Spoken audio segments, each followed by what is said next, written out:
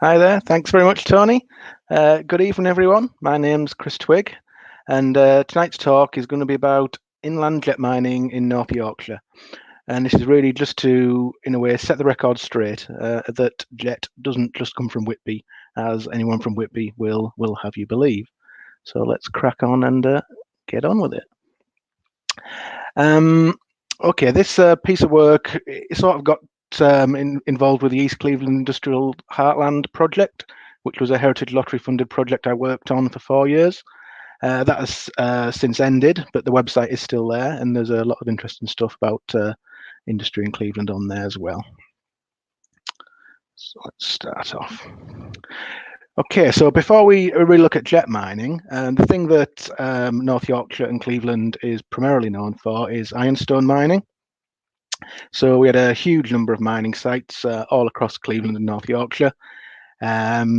Started really sort of in the 1830s down in the Grosmont area, the Esk Valley, then moved up to near the River Tees around 1850 when all the big mines started opening up in Cleveland. And by 1900, we had 91 blast furnaces all clustered down the River Tees. So it was a massive industry for the local area, and really ended in 1964 when the last mine closed at North Skelton. So that's what people know Cleveland for generally. It's a Jurassic ironstone from 185 million years ago, about 30% iron and 16-foot thick at Eggton. But we'll come back to that geology in a second because the bit we're going to talk about tonight is just next door to it. There's some of the contours of the Cleveland ironstone seam. Up in the northeast, you have drift mines, which are sort of close to the River Tees, easy access to railways. So there's some of the big profitable mines. As you go away to the southwest, you end up with more deep mines, shaft mines, which were less profitable, and but were some of the ones that hung on a bit later. So the output for Cleveland ironstone was immense, something like 350 million tons extracted over its lifetime, and really we were sort of averaging more than 5 million tons a year from the 1870s up until the 1920s. So major industry. And it's generated a huge paper trail of plans, documentation, more books you can think about. A lot of them written by Simon Chapman, who's written pretty much a book on every single mine there is now. So really, this is something that's very well known and well documented. So we'll have a look at sort of the forgotten neighbour, which is jet mining. So what is jet, for starters? It's really, you could describe it as a fossilized wood, and it was deposited on the seafloor about 175 to 185 million years ago, a little bit younger than the ironstone. If you go to see the nice people at Whitby, they will tell you it's monkey puzzle trees. That's something that was proved to be not entirely correct as long ago as 1923, but it's something they still sort of perpetuate in the shops and around Whitby. But really, it's a multitude of different conifers, one of which may be a little bit similar to a monkey puzzle tree. But really, fossilized maybe gives you the wrong idea. It's not like a stone. It's much more like coal, to be honest, if you were to see some in the flesh. So where is that jet? There's no distinct seam like we have with the ironstone. So the ironstone that was exploited in our area is that main seam, pectin seam, 2-foot seam at the bottom. And they pretty much all get merged together at Eggton, which is why the seam's so large there. But immediately above that ironstone, you've got some shales, and one of them is the jet shales. And this jet is randomly distributed amongst those shales. So really, you could be looking for weeks and weeks and not find any, dig a new tunnel and find a large reserve of it. But it is like finding a needle in a haystack, shall we say. So these logs, which were deposited on the seafloor, have become compressed, and we see several stages to this, and the jet comes in a few different forms.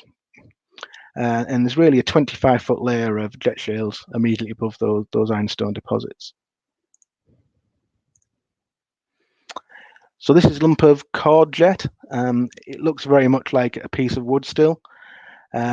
Still got sort of a grain to it, bark on the surface. That's not been polished in any way. That was as it came out the ground. And if you look at it from the side, it's got a very, very sort of thin, uneven skin of jet on the top and bottom, but the centre of it is still very much a lump of stone. This is absolutely useless for jet working because it's very thin and very uneven. So you often find massive lumps like this just discarded in the mines. They were clearly of no interest to the miners, and they quite often dumped them and didn't even take them out of the mine. Sort of halfway house from cord jet, you see a very clear upper and lower layer to it still, and it splits in half very, very easily. And you do tend to get a lot of iron impurities in it. This stuff tends to be very, very fragile. You find lumps of this just left in the mine as well, because if you sort of leave it out to dry, you can often just hear it cracking and falling apart. Not quite of the same quality. So again, not what the jet workers were after. What they were really looking for is this stuff called plank jet, which really just looks like a wooden plank when you find it in the ground. It has an extremely bright shine to it. No additional polishing. That's just been snapped in half. It's very, very light and warm to the touch. If you picked a piece up and didn't know, you'd probably think it was plastic. You'd think it was modern plastic, but it isn't. And it's just a nice material. You can see why people for many thousands of years have valued it. And that sort of stuff there in my hand, good thick material, is what they want for jet working, jewellery making over in Whitby. And there is an awful lot of thin material as well. I just know normally if it's an in-person meeting, give you all a piece to go and try your hand at carving. It must be an absolutely infuriating profession. You can carve a piece for a few hours, think you're doing fantastically well, and then all of a sudden it'll just shatter into a million pieces. And it's also extremely sharp. It'll have a nasty habit of cutting your fingers to ribbons when you do it. So what's the history, the long-term history of jet? The earliest references I've found to it is to do with the Neolithic times, and there was a dig at Loftus, which is just near just near the Skinning Grove Ironstone Mining Museum. So you can see the link between ironstone and jet. And this came out with a dig at street houses at Loftus, and then there's some similar material there below from the Scottish borders, and the design on those is virtually identical. These sort of pyramid-shaped buttons. So it does look like the material from Cleveland, from North Yorkshire, was already in the Neolithic times, making its way up to the Scottish borders. Jump forward a little bit to the Bronze Age, and got an item there that came from Scotland, and below, extremely similar item, almost the same designs on it, which was found in the Isle of Man. So we're already seeing, even in Bronze Age times, you've got this. There seems to be a trade in jet jewellery coming out of North Yorkshire, but where exactly it's coming from, maybe is still a little unclear. Step forward again into Roman times. The Romans were extremely keen on jet, and there's a lot of very, very interesting pieces you can see in the Yorkshire Museum. That Gorgon piece, I think, might be in the Yorkshire Vikings Centre. No, it can't be, can it? We haven't got to the Vikings yet. It must be in the Yorkshire Museum. And again, there's some relatively recent finds there from Hungate of jet bangles. So the Romans seem to have taken things a step forward again and really sort of got some lovely crafted items, which again must be using jet from North Yorkshire, because really it's the only place you're going to find in our country. Now we'll go forward to the Vikings. Some of this stuff's in the Yorvik Centre, and we have some pieces there at the top in the middle, which are called balanced crosses, and those are actually modern reproductions. There's a lady in Whitby who specialises in reproducing some of these historic pieces, and the Vikings were quite keen on those, and they seem to crop up all over the place, but presumably are coming from our area. And that lovely piece bottom left is the Eggton witch charm. What the symbolism on it of the dots and the lines means, I think I'm afraid is lost to the mists of time.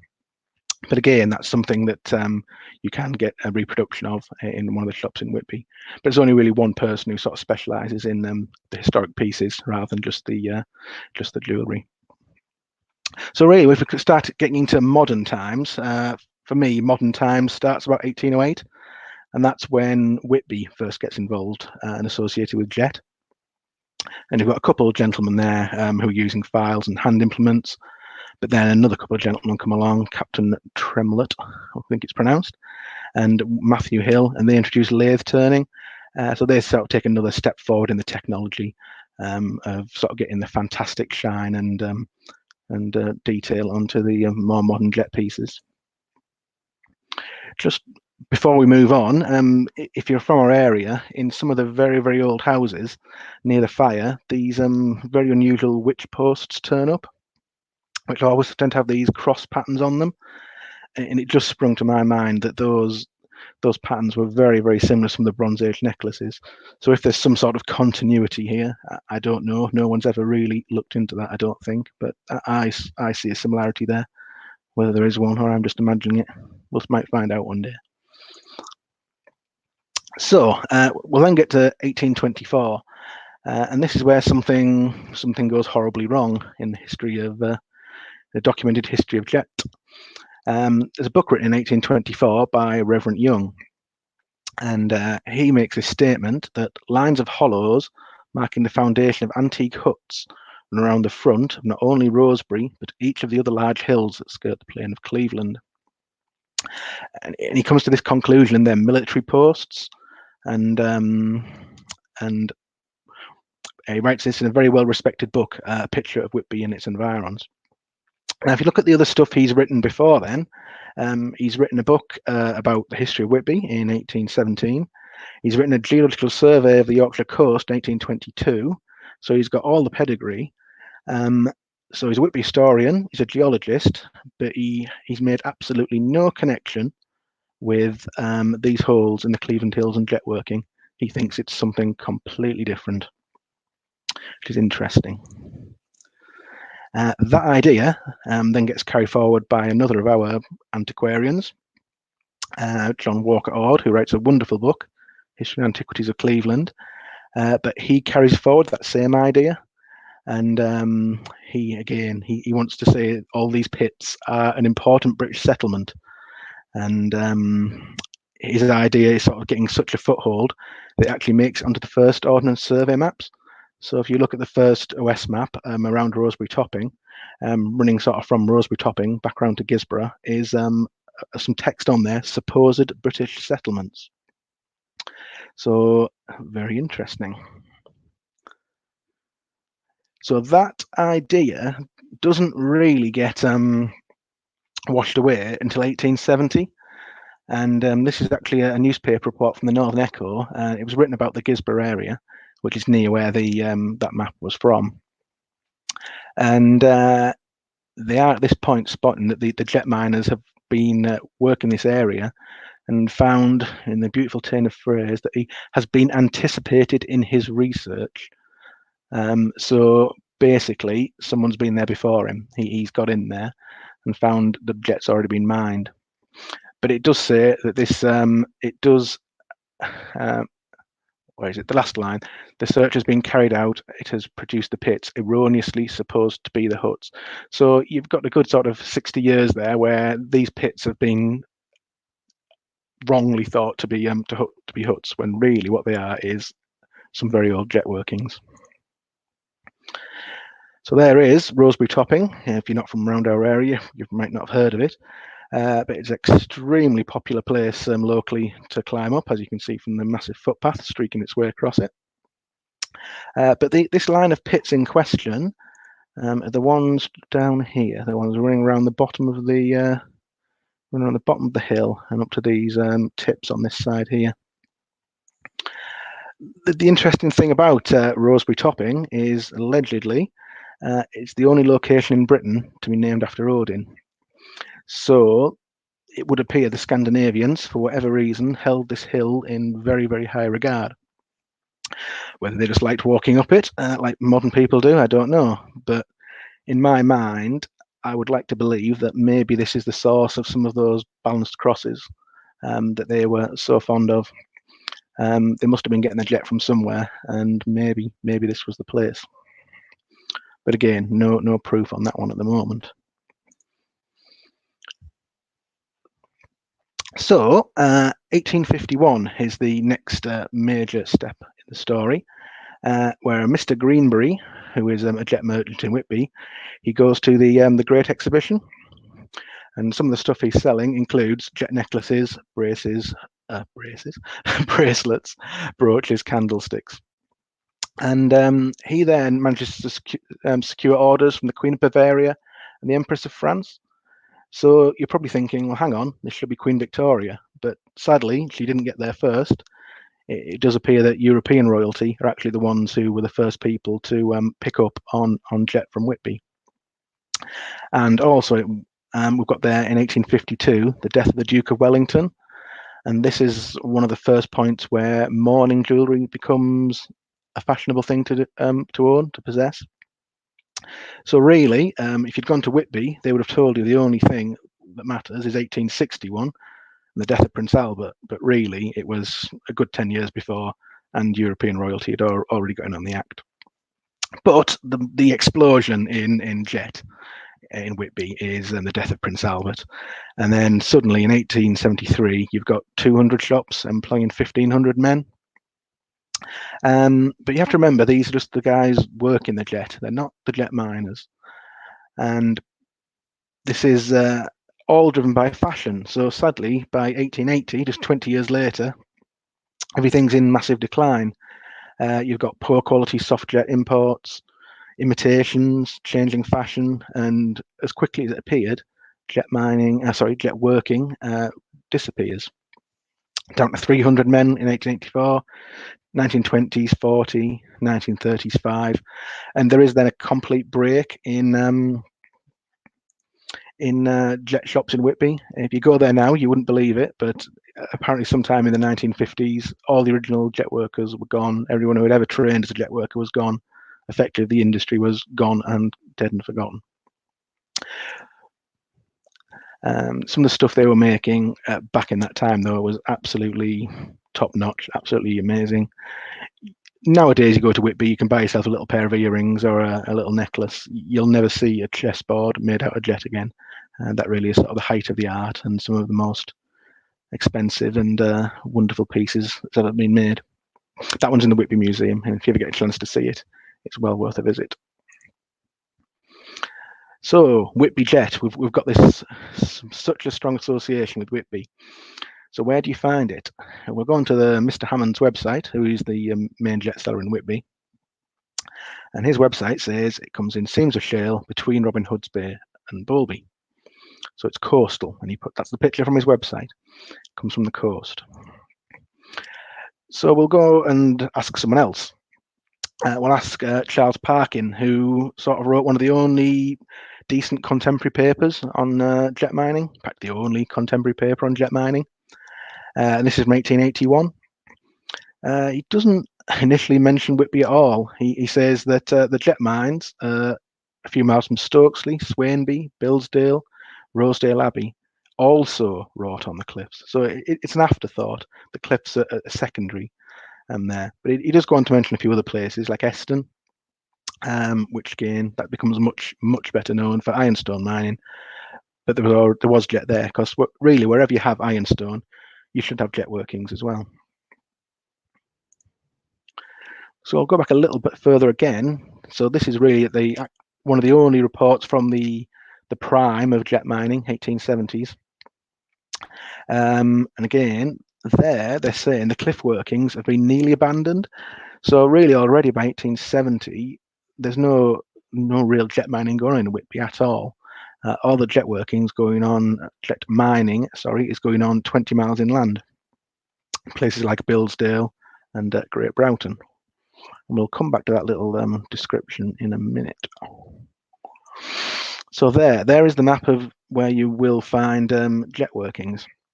You'll notice there's nothing at all within the immediate area of Whitby, one tiny place. The vast majority is over in the southwest, sorry, towards places like Swainby, Osmotherley, Billsdale. That's where there's absolutely massive cluster of jet mining going on. But there is that line going up towards Gisborough from there, between Kildale and Gisborough, and that coincides with those pits we mentioned a little while ago that were wrongly identified as being some sort of habitation, some sort of huts. So even though jet working and ironstone mining should be happening in the same places, there's very, very little overlap actually happened. Most of the jet mining is going on down there in Billsdale, where there isn't any ironstone mining. And the one place you do get the overlap really is that little tiny little bit up between Gisborough and Kildale, where they do overlap directly with ironstone mines.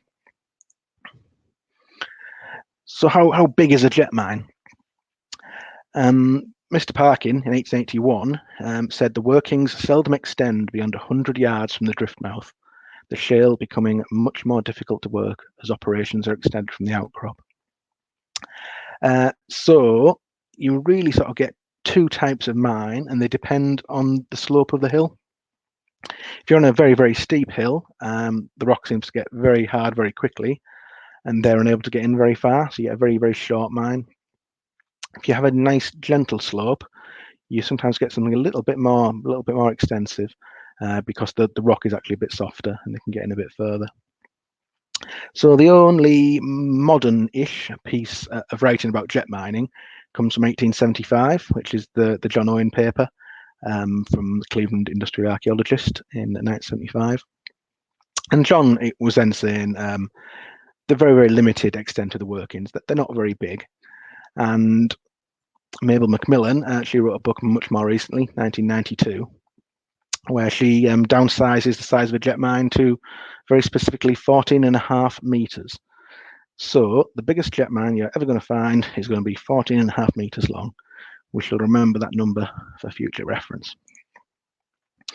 So what is the working method? It's very random, but generally they will make a checkerboard pattern, like a board and pillar pattern, into the hill. But really they're not really looking for the jet initially. What they're doing is making somewhere they can then pull the roof down on themselves, so they can travel from the bottom of the jet shale up to the top. And it's really in the roof falls that you're finding the jet. So you can't extract everything. You've just got to, as it were, go looking for a needle in a haystack and then start pulling the roof down on yourself. Start at the bottom and work up to the top. I might have a couple of pictures of that. Oh, and all the equipment you need is a pick. No need for any explosives, any special plant. You can pop out, buy yourself a pick, go onto the hill and start mining jet. So it's something that really anyone can have a go at. You don't have to be a big company or need a lot of investors. So if you are fortunate enough to find some of the original adits into jet mines, which are at the base of the jet shales, they're actually quite reasonably sized. You can probably just about stand up in there. It's maybe 6 foot high, 6 foot wide, pleasant enough. But that's the nice passage at the bottom of the jet shale. What they would then have done is start to pull the roof down on themselves and work upwards. So what you tend to find now is that everything we see today is the little narrow passages at the top of the seam. You're seeing where they've got to when they gave up, as it were, when they've reached the top of the jet shales. So people get the idea that jet mines are these little tiny pokey places, when really that's just what's left when you're finished, rather than what it was like as you were mining. So why don't we have any plans or documentation? Well, the regulations that required you to deposit abandonment plans didn't actually come until 1872, and really things are getting into being in decline by that point anyway. But the major reason is that if it wasn't a coal mine and there was less than 12 people, you didn't need to do it. So we have to assume that the most of the jet mines are falling into that category, that less than 12 people are working there. It's a little cottage industry, no buildings, no records, little documentation. But it doesn't really matter, does it? Because they're only digging in 14.5 meters. How interesting can that be? And the only thing that's really been written about it up until now was that John Owen paper in 1975, which is very, very good, but it's only 9 pages long because there literally is nothing to go at. So the first people to get interested again in jet mines were the Mouldiwarp's Speleological Group, MSG. In the 1970s, they just happened to pick, and I don't know why they did, randomly these 2 jet mines. It was quite unfortunate because they picked 2 that were really atypical. Aisleby is actually a soft jet mine. It's not in the same position geologically as all the rest. It's in more of a sandstone, and it's not as good quality jet. So all very nice, but not like any of the other jet mines. And Kettleness was the second one they went for, which was that one on the right there, which is a strange little place. And there's a picture of it. It's very unusual in that there's a massive, great big wide chamber.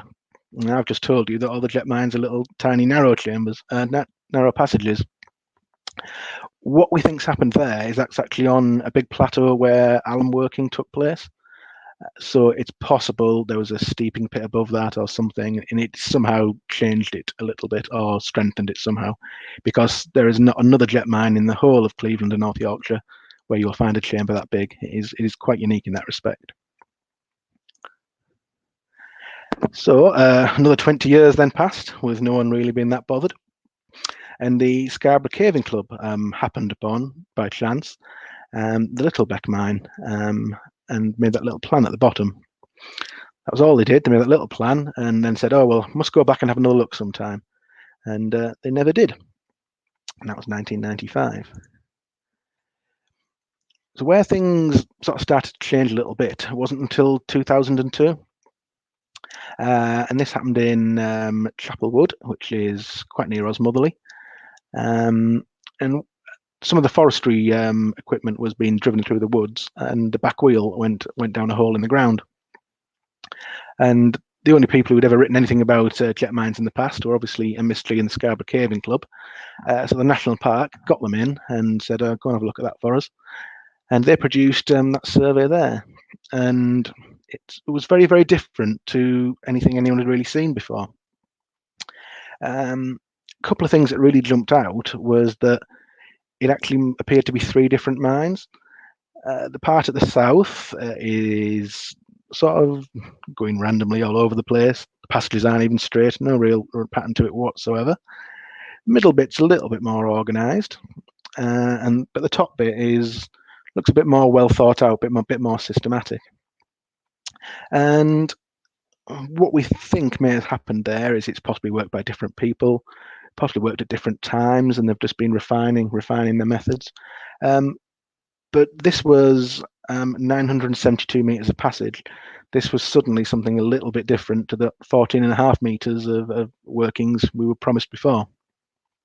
And at the time, the Graham Lee, who is the archaeologist at the National Park, he made that statement that our understanding of the scale of the mining operations associated with this industry have recently been considerably revised.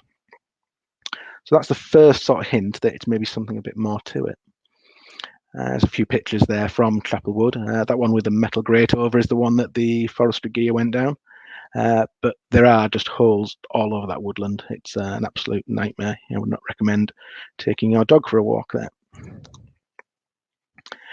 One very interesting thing about it, though, was when we took that plan and overlaid it onto modern mapping, we found that you do come up a long, long, long way short of the tips. So there could well be about the same again left in that mine that no one's ever got into. Tips always stand out like a sore thumb in jet mines, even after 150 years. Very rarely anything has ever grown on them again, even after all this time. So, a word of warning: the jet miners were good at their jobs. You won't get rich quick by going in these mines, and they are inherently massively unstable.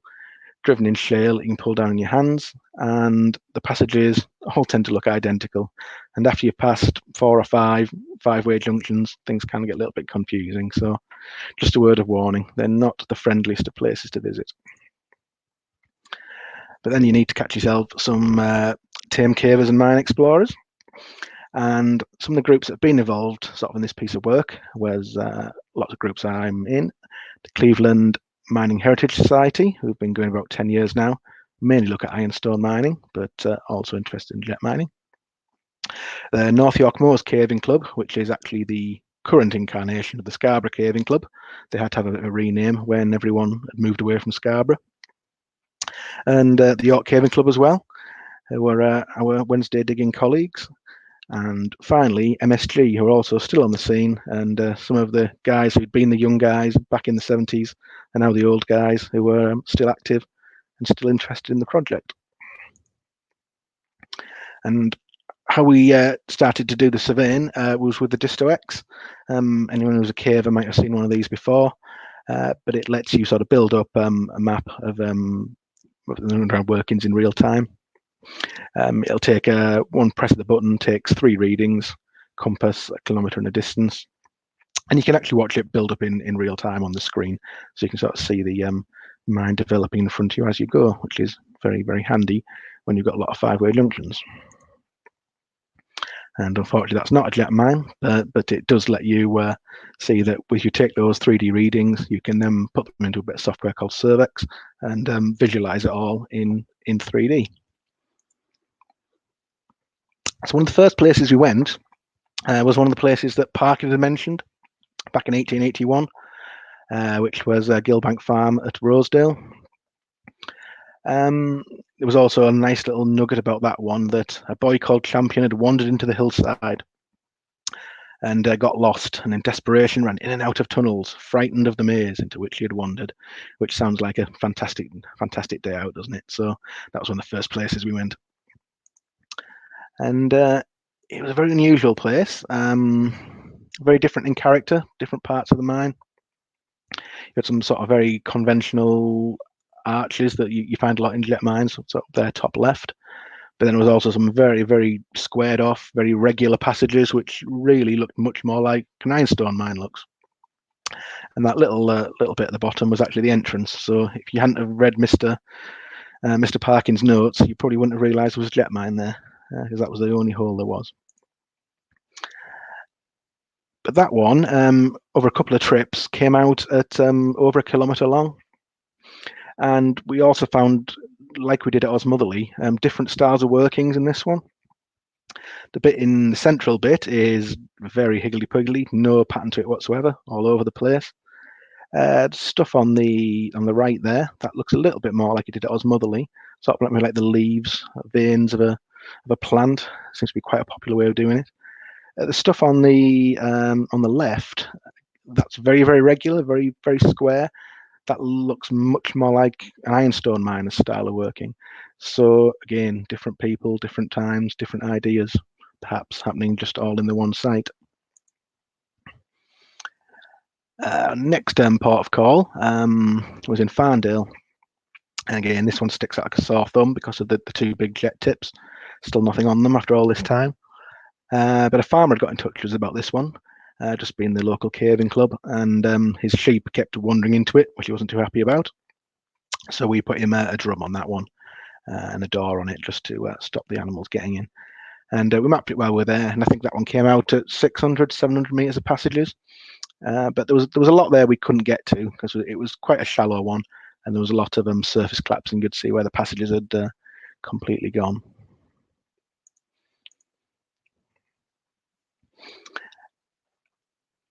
One of our next ports of call was Little Bonny Cliff and Great Bonny Cliff. If you look at these on a modern map, it doesn't really show up an awful lot. But look at some of the older on survey maps. There's a huge amount of jet working along this hillside. But they're all very, very, very small tips because that's a very, very steep hill. So they really don't get very far in. So it's that sort of steep hillside, shallow penetration. And these sort of fit in with that typical idea. We never really got much more than 20 metres into the hillside there. So maybe Mabel was right when she said 14.5 metres. That was as far as we were going to get. Steele also came up on our radar. Again, lots of tips showing up on the Ordnance Survey maps here. but very, very little underground. That one passage on the right is about as far as we ever got into it. So again, tiny, tiny little workings, not much to write home about. Now, Billsdale should be one of the massive areas for jet mining, but we found so little initially. Again, that on the right, I think, was the only passage we ever found, maybe about 14.5 meters long, like we were told it was going to be. So a little bit disappointing. Westerdale was another disappointment. Tips all around a hillside, but very, very little underground. I think we found 2 passages and probably about 14.5 meters long again.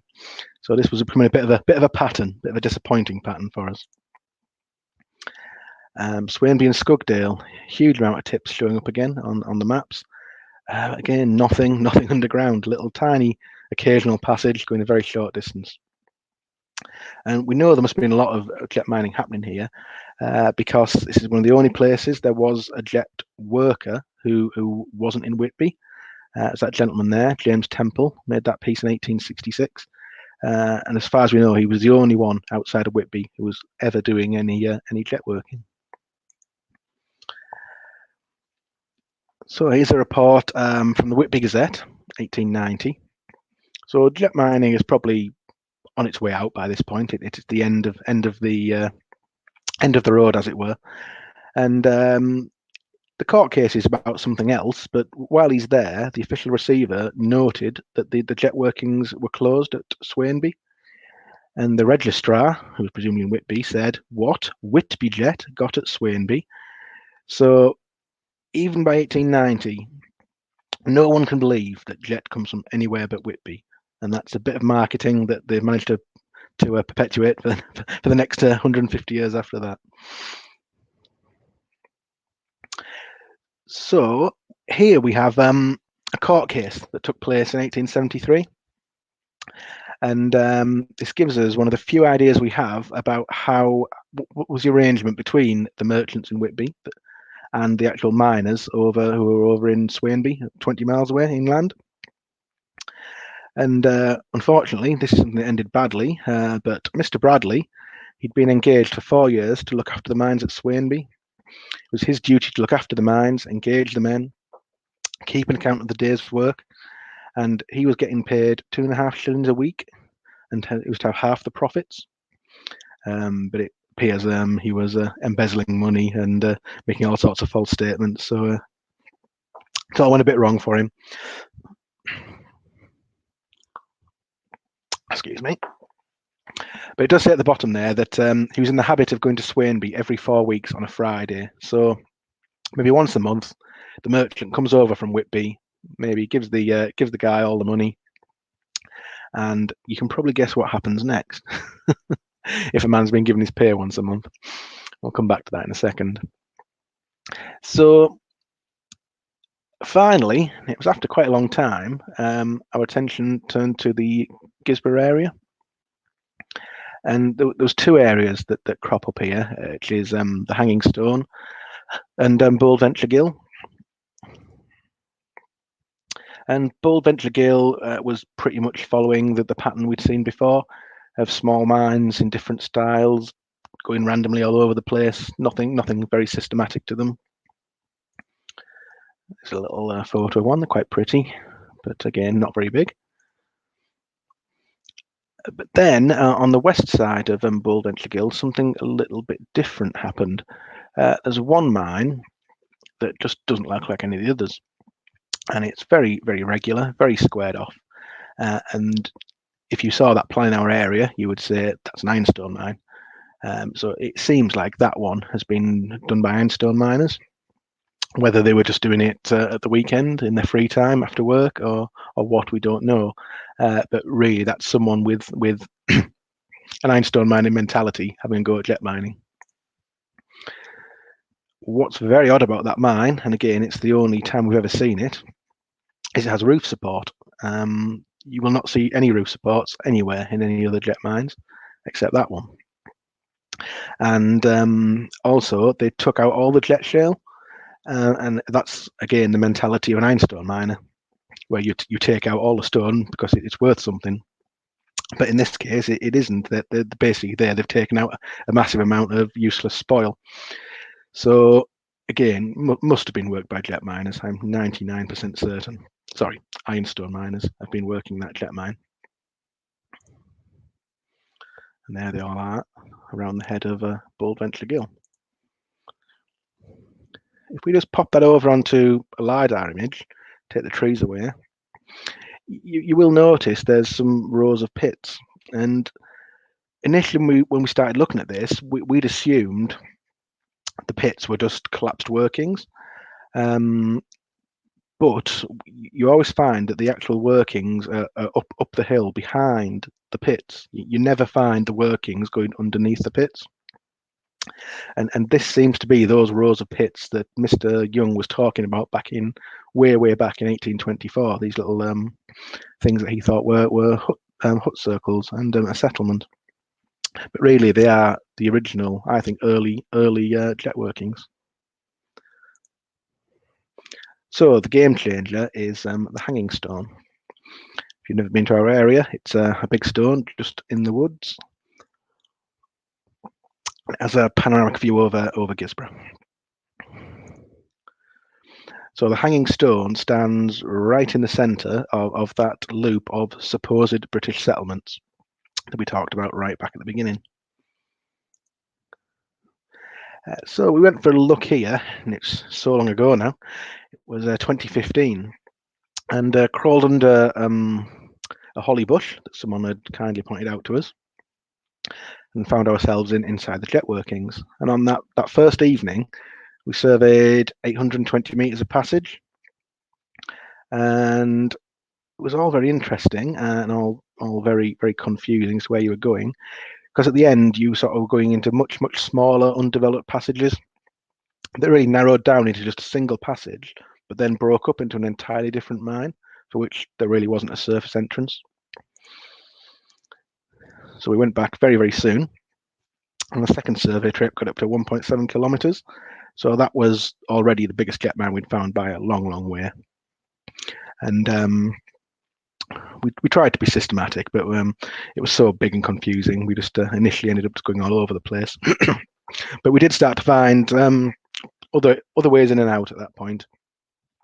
Found a second entrance off to the east, and a pipe and a blocked entrance off to the west. That was Daisy the dog, who completed the first through trip since the 1870s and managed to get up the pipe. And then Jerry attempted to replicate that task and failed. So it doesn't look like that was ever for access by people, unless people were an awful lot thinner back then. But I suspect that's just been put in at some later point, just for ventilation.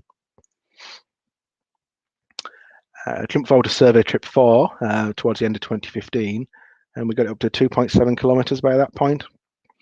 And we were, again, found, I think, a third entrance that day, entrance 3, all the way around at the far eastern end. But again, that was starting to get to the limit of the workings in the east. So then we started pushing to the west. Got up to 3.3 kilometres. We were starting to think at that point there might be some poor air in the extremities of it.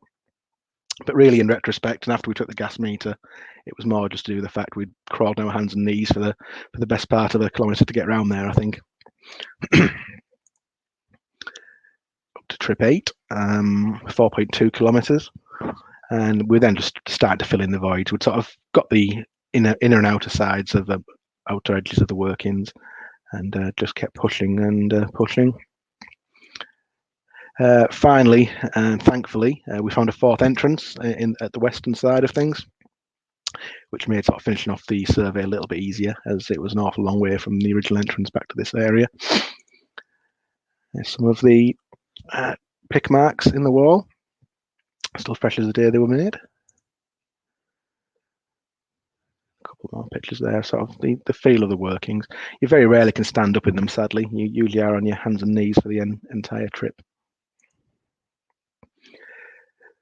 So, remember that we were told by the literature that a jet mine will be 14.5 meters long. That one is 7 kilometers long. But to give everyone their due, you were never really more than 100 yards from the outer edge, from the surface.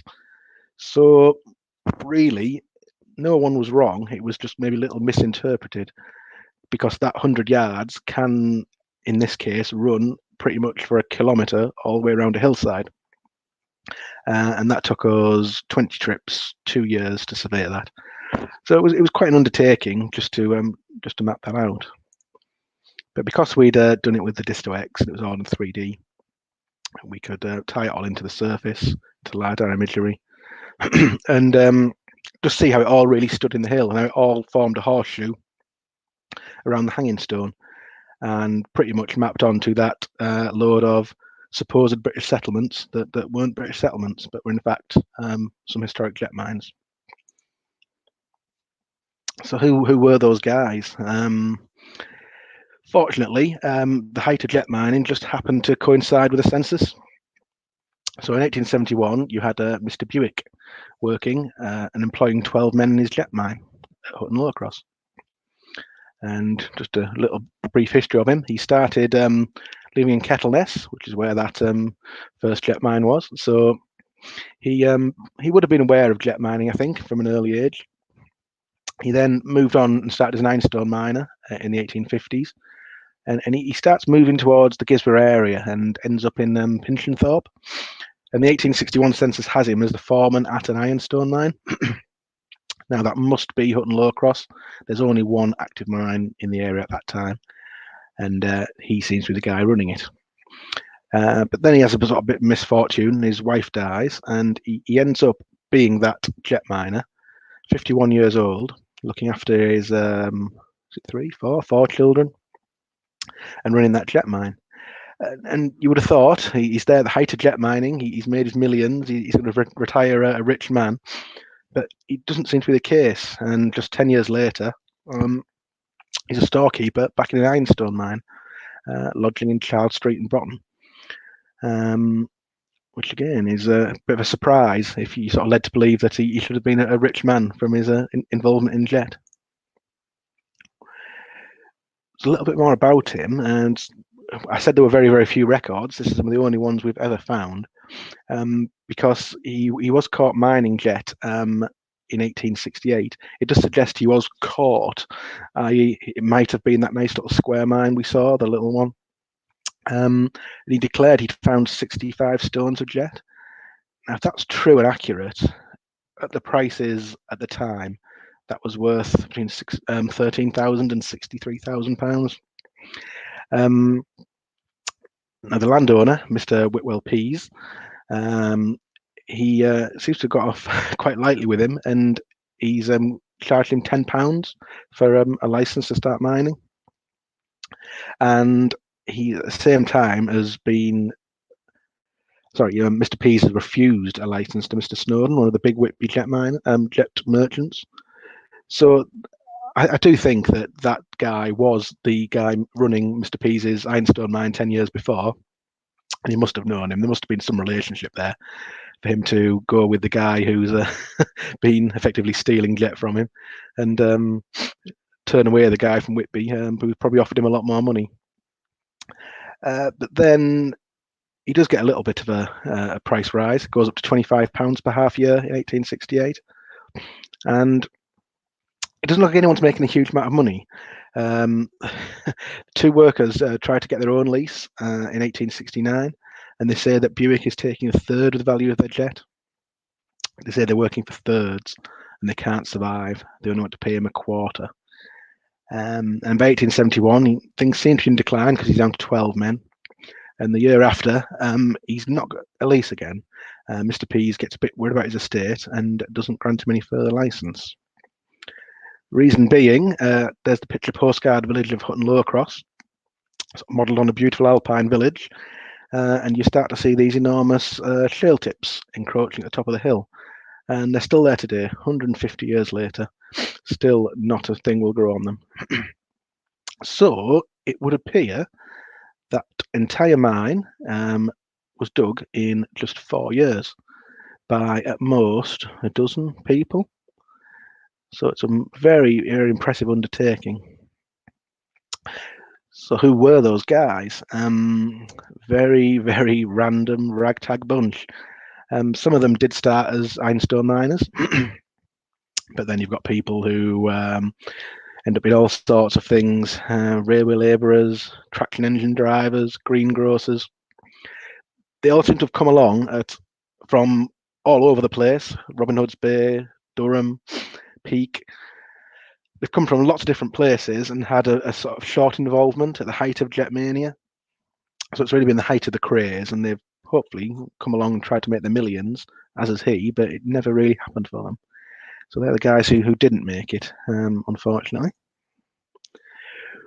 Where the long-term jet miners seem to have been are more over towards places like Carlton, Faceby, Osmotherley, Swainby, Billsdale. That's really where you've got a good 3 censuses where people who identify themselves as jet miners are turning up. If you search the term for the occupation of jet miner, you will not find a single one from Whitby. They're all over here in this area. In 1871, 165 of them.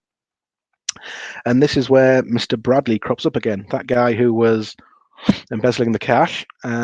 He's also the guy who's getting drunk all the time in the pub. And there's a couple of occasions there where he's been drunk and disorderly in Swainby. Why they have to go to Swainby to go to the pub, we're not quite sure. but that seems to be the place. Maybe that's the place they go to meet the jet dealer once a month to get the money, because there's an awful lot of drunk jet miners turning up in Swainby in the 1870s. And that's the end. Well, it used to be until about winter 2018, when that big hole opened up in the ground. And we didn't think it'd be very big. We'll have a quick look in there. It dropped us into a very, very sort of sizable passage. We sort of instantly knew that was some sort of original adit, the original lower-level passage at the bottom of the seam. And this one actually had an artifact in it, because one thing that's maybe slightly disappointing about these mines is just, I think, that by the nature of you not needing any equipment, not needing much stuff, that there isn't really an awful lot in them. And the nail is currently the only original artifact we've ever found. But that one turned up after 7 trips to be 4 kilometres long in its own right. So that's 12 in total, just on that hillside. Which did give us a slight problem in that now we've got another mine, and we don't quite know who dug which one when, but someone at some point in those 4 years has snuck in another 4-kilometre mine. So they've been working an awful lot harder than we thought. Just quickly whip through these ones. Something that was odd about that final area was that it overlaid another area we knew about as an ironstone mining area. And there's a very large mine there called Belmont, closed in the 1930s. And we know that holed into a much, much earlier 1850s mine called Cod Hill. When they didn't really know how big that was, the mine plan just shows as extent of workings not known, old workings, depth not known.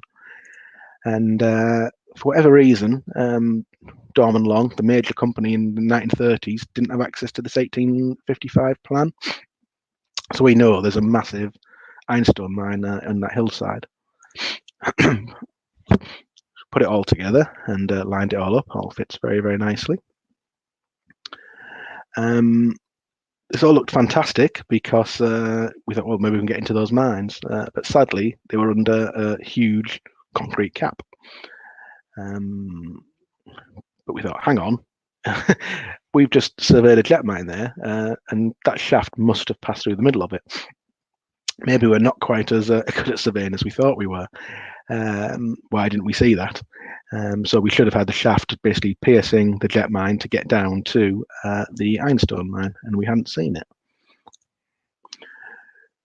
But when we looked a little bit more closely, it looked like that little passage, that final passage that was going towards the shaft, just the last minute, veered away. It wasn't quite in line with any of the others. I'm very much of the opinion that Mr. Buick, who was the foreman at that mine back in the 1860s, he must have known that was there, and probably told the guys to avoid it. So this was a little bit later, this be 1870, so 10 years later, he's avoiding the shaft of the ironstone mine. So just to round up, The future projects. We have Hanging Stone on the left, Bull Venture on the right. There's another outcrop in the middle that we've yet to find a way into. And it does look like all that was done in 4 years, between 1868 and 1872. But maybe it wasn't, because we know those pits were there in 1824, because Mr. Young had described them. So perhaps what we're really looking at is 2,000 years of jet mining. It could be stuff going back to the Neolithic, could be stuff going back to the Bronze Age, but dating it is virtually impossible because we have no artifacts. And finally, in 2019, we did go back to Osmotherley, and there was more of it. We pushed through to somewhere the original survey hadn't gone, and found a whole lot more of the mine that we need to go back and survey. But then COVID intervened, and we couldn't do it. And we went back to Billsdale, and with more experience and more knowledge, we found some places in Billsdale we maybe should have looked earlier. Found another huge mine, and that was where we got to with that one. That's going to be a multi-kilometre mine. But then COVID came along, and that is just sat waiting for us to go back and continue surveying it. And that one really is the end.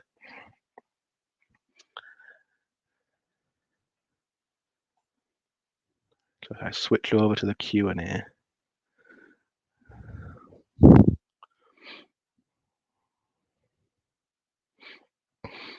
Yes, you see, we do have an expert who says jet mining in Scotland. Yes, there was maybe a little bit in Stranraer, possibly. I have been corrected on this one before by the jet lady from Whitby once. So yeah, there may be a little bit in Scotland, but nothing like you get around our way. Chris, can you just read the question before you answer it, please? It was from Roger Gosling. Sorry, wasn't jet also mined in Scotland? I remember going on to a mine there on an SB trip. I wouldn't have thought they'd be very big if they were, though. I wouldn't have thought he'd got a trip there. But there might be some deposits on Stranraer from what I've heard, but whether that's the same place you're talking about, I don't know.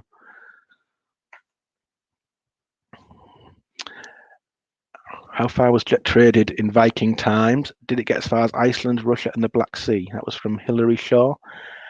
There's a lady who does a fantastic talk on this, which is much better research than mine. She's called Sarah Steele, and she did it at the Yorkshire Viking Centre, and it was absolutely excellent. And it is more about jet in the Dark Ages. I just really pinched a couple of things from her, and there she's the one who does the work and the research on that. I'm going to try and get her to give that talk at a later date for one of my other groups, but as I believe it did get as far as Iceland. Yes, I'm sure she mentioned that, and I'm sure she mentioned it getting over to Greenland and all sorts of interesting places. But I can't remember the exact examples, I'm afraid. But Sarah Steele at Ebor Jet Works in Whitby would be able to tell you all about that if you really wanted to know. Morris and Marilyn, I'm guessing it is. How did the miners cope with water? Just inclined drives, still reaching the jet. The mines are surprisingly dry. They seem to drain very freely. Even in wet weather, you very rarely see any water. Definitely not any running water, standing water. Just drains away. Very fortunately for us.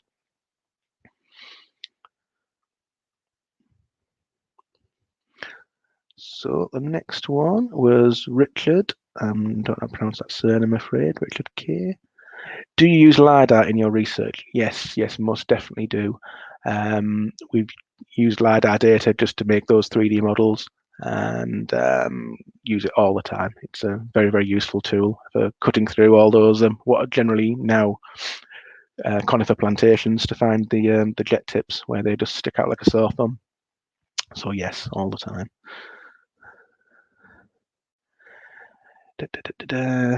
Phil Thurkle, your map early in the presentation showed jet deposits down the seashore. Does this indicate seams of jet outcropping in the cliffs? Yes. That is where the majority of modern jet is found. So if you go to Whitby and get some earrings, they'll be using stuff that's come out of falls in cliffs. I do think there were actual more, as you say, more established, larger workings on those sea cliffs originally. Because we have such a high rate of erosion, they're all long gone.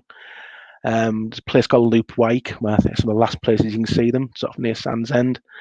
And that now seems like a massive sea cave because all the spoilers got washed out of it. So you're seeing that full height, sort of 25 foot of the jet seam. But I suspect there would have been workings in the cliffs, but they're all so much eroded and lost now that the only place I think we're seeing them is the inland ones. Morris and Marilyn again. Do you think the limits of mining are due to ground instability or ventilation? Probably a combination of the two. It's not unstable, it's just too hard, and they weren't using explosives. I imagine if they'd started using explosives, they could have gone as far as they wanted, but they're just using hand tools. So really just a pick and a shovel, and that does seem to be the limit of what they could have done with those tools. So I don't think the ventilation was a major problem because they weren't using explosives. So we only really had the one issue where we thought it might have been a little bit funny, but it was just because we were a long way in. Could you say a bit about how they put this? Was sorry, Katie Whitaker. Could you say a bit about how they pulled down the roof and did they haul materials out and pick over it outside? What was the infrastructure like, if any? The roof is extremely fragile. You literally can stick your hand in it and start pulling lumps off. So I would think they would just be using a pick just to gently nibble away at it. But it does tend to come down it doesn't come down in big nasty lumps. It just tends to flake away little pieces. I think they would have done most of the sorting on the surface. I think what we see now as the tips is really just from making the initial drives at the bottom of the jet shale, and you just pull it down. There's no point taking all that shale out because it's a waste of time. So I would say they were picking over most of it inside. And you do sometimes find little heaps they've left at the side and forgotten about or lost. So you'll find a little sort of stash where they've clearly stored it all up to take out later and then forgotten about it. Infrastructure, very little, I think. Gareth Rees, was there evidence of gas in the mines, like in the coal mines of South Wales? No, nothing like that. There's no recorded incidents of any explosions or anything. I imagine they were just using naked flames all the time anyway, candles. But no, it doesn't seem to be a problem.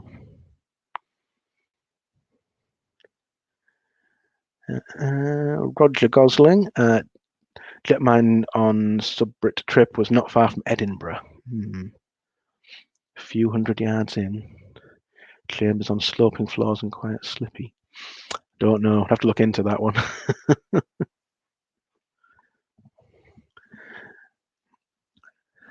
Now somebody knows more about Scotland than me. Lindsay Allison Jones. Jet from Scotland is usually, I apologize if I pronounced this wrongly, Torbanite, not jet.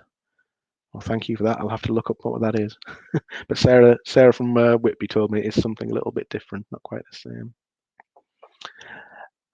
Where does the word, Stuart Wilde, where does the word jet come from? Does it go all the way back to Greece and Asia Minor? Now, I do know this, but the pronunciation is going to fail me. It's something to do, it's some Latin pronunciation. It's something on the line. It begins with a G. It's like a gagate or something, but they think that's where it's derived from. I don't know if anyone can help me out with that one, as how it's pronounced, but it comes from Latin, I think. But it does seem to link back to, as you say, more that neck of the woods, Greece, Asia Minor. So I think that's where the origin of the word does come from. And final one, David Reed. Please explain how you achieved imaging. You've seen the GPS doesn't work underground. Yeah, that's right. It's a little bit of kit called a Disto-X. So it's a modified version of the thing that the estate agents use to measure the rooms in your house. There's the one Lindsay's answered the question for us. Gagate, which is Greek. The Disto-X.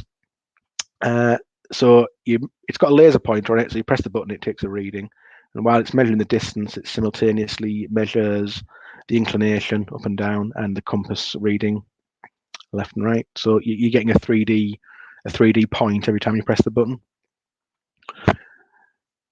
and then we're just piecing together those 3D points into that plan. And we just take a single GPS reading at the entrance. It's better if you have 1 or 2, 3, 4. You can have as many as you like, but you can do it from one GPS reading, and everything will then hang off the GPS reading underground, and all your positions are relative to that one point. And if you get 2 points, it'll make it a lot better. It'll squeeze it in and make it fit correctly. If you made a mistake, assume you didn't.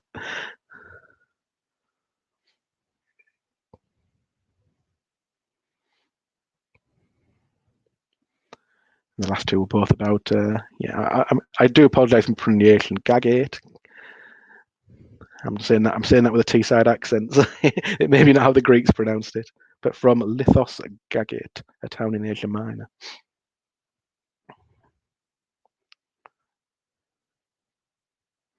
May have to go on my holidays there and check it out.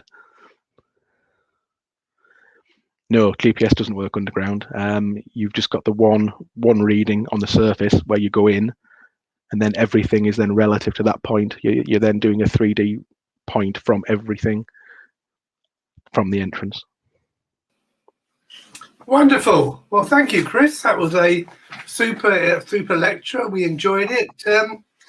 We'll be able to view the YouTube channel over the weekend, hopefully. So thank you very much. I hope everybody enjoyed it, and have a good summer. Thank you.